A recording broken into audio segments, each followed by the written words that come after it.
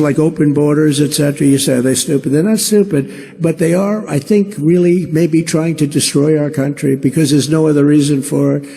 Now we're ready to take our American First economic program to even greater heights. When I'm elected, we will have tax cuts, regulation cuts, energy price cuts, and interest rates cuts like you've never seen before, even with me. You know what caused the inflation was energy. It's not that complicated. And it also caused Putin to go into Ukraine, although he would have never done it if I was president, even if he did have the energy resources. Because, you know, when it went up to $100 a barrel, he makes a fortune on a war. He'll be the only guy to ever make a fortune on a war. And Biden's the one complaining, but he's the one that drove the energy prices up. So he caused the war with his stupidity, with his absolute, look, he's the most corrupt. He's the most, just the most absolute. He's the worst president in the history of our country. He's the most. He's grossly incompetent. He talks about the war, but he's driving the energy prices up. And Putin's whole economy is in energy. And so at $100 a barrel, no matter what he spends on the war, that's the way it is. But Putin would have never done it. I met with him many times. Ukraine was the apple of his eye. But I said, Vladimir, don't do it. Don't do it. If you do it, this is what's going to happen. Someday I'll tell you what I said. He said, no way. I said, way. He said, no way you'll do that. I said, I will. I swear to you, I will. I'm going to do it. And he didn't believe me. But he believed me 10%. And that's all you needed. That was it. Same thing with President Xi in China. Don't go into Taiwan. He believed me 10% too, and that was enough. But, you know, it's, what's happened is so bad. I think a lot of it started with Afghanistan. That was the most incompetent withdrawal in history. They withdrew, think of it, they withdrew the military first. You take your citizens out first, you take the people you need out first, then you get your $85 billion worth of equipment and you get it out. Brand new military equipment. You know, if you look at it, Afghanistan now is, I think, the #2 merchant in the world for selling military equipment. They're selling the stuff we gave them, brand new, gorgeous stuff. I rebuilt the entire military. They gave $85 billion of it away. The good news is we have plenty of others, although we're very low on ammunition. We're low because we're giving so much. It's very, very bad. We are closer to World War III than we've ever been, and I'm the only one that will prevent World War III. I'm telling you, we are closer to World War III. And that won't be a war with army tanks going back and forth here. That will be a war with weaponry, the likes of which this world has never seen before. I know it. I know it better than anybody. And these are weapons. You'll need God. That's true. He said God. Well, thank you very much. That's a beautiful.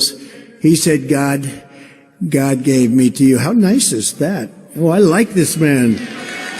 Wow. Well, I hope that's right. Oh, great. I hope you're right about that, though. That's a great honor that you even say it. Under the Trump administration, patriotic protectionism. We need protection. You know, some people say, oh, that's such a terrible word. It's not a terrible. Nationalism's not a bad word either. I'm nationalistic. I think most of the people here. But if you say that to the radical left lunatics, they'll say, oh, that's terrible. Conspiracy. But it'll be the American way, and the American way of life again used to be that way. It's time for a rebirth of loyalty to our country. We need loyalty to our country. To protect American workers and families, I will impose an across-the-board tariff on foreign-made goods that come into our country. If they're going to come into our country, and if they're going to pillage, in many ways, our country, or do a good job, they have to pay for the right to come into our country. Because right now they're destroying our country on trade. We have trade imbalances at levels that nobody's ever seen. And I was all set to do it. And then we had the COVID situation. And we had other problems. But we're going to do it, and we were doing it, and we made incredible trade deals. We did so much. I will pass what's called the Trump Reciprocal Trade Act. That means that if China or any other country makes us pay a 100 or 200% tariff, which in many cases they do, we will make them pay a reciprocal tariff of 100 or 200%. We don't do that. We've done it on individual cases where I was able to get it done, but we're going to do it for everybody. When they charge us, a lot of countries, not only China, but you have a lot of countries, they'll sell a motorbike, they'll put a tariff on Harley Davidsons going into India of 150%. And they sell what's called Indian motorbikes, lesser level, and we put a tariff on them of nothing. But we did a big thing in my administration, and you know what they want? They want Harley Davidson or whoever to go to India and build a plant. That way they say you have no tariffs. Well, we lose all those jobs.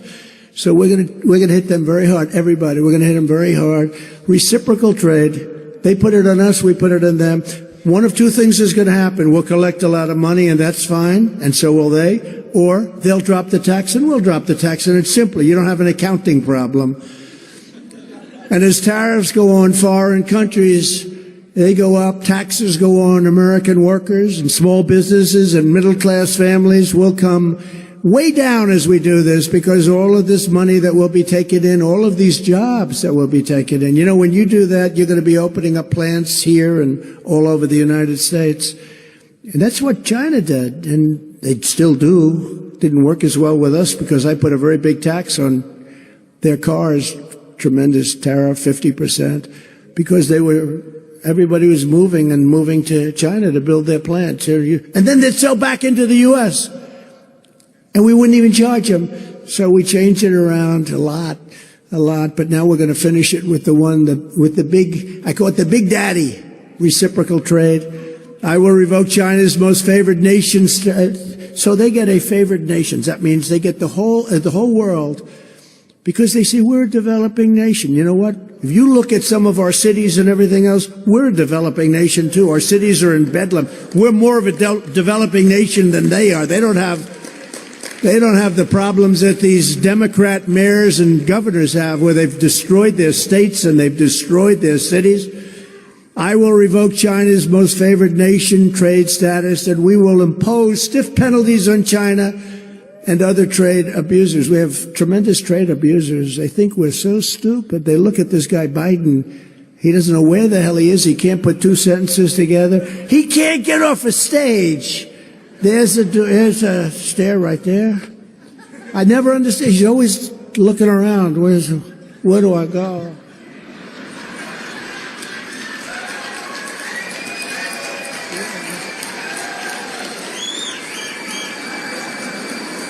This guy it's so bad. Can you imagine President Xi of China? He's sharp. You know, the press hates when I say he's sharp. I actually called him very smart one day. Oh, he called him smart, you know. He runs 1.4 billion people with an iron fist, and I call him smart. They say, President Trump called him smart. They want me to say he's a stupid man. They've been ripping us off for so many years. They're very smart. But can you imagine when they meet this guy Biden? I mean, they see him. I see it. I talk to him. They say, we don't believe it. They think it's some kind of a game that I'm playing. It's like a chess game. They don't really believe this is happening. They say, what's going on here, Ashley? They say, what's going on here? There's some kind of a game being played. This can't be possible. The guy can't talk. He just gave a 1 minute and 15-second speech. That's a big speech for him. On what happened today in Israel, 1 minute and 15 seconds. It wasn't it wasn't Winston Churchill, let's put it that way. Never have so few done so much for so many. This was not Winston Churchill. He was talking about the Spitfire pilots. You know that? The Spitfires, they knocked the German planes, which were bigger, better, stronger, but the Spitfires were unbelievable by luck or whatever. But they could turn on a screw. These big, strong, powerful planes, they couldn't fight with them. But he said, never have so few done so much for so many. Biden doesn't talk that way. Biden doesn't talk that way. What a disgrace. What's happened to our country with inflation.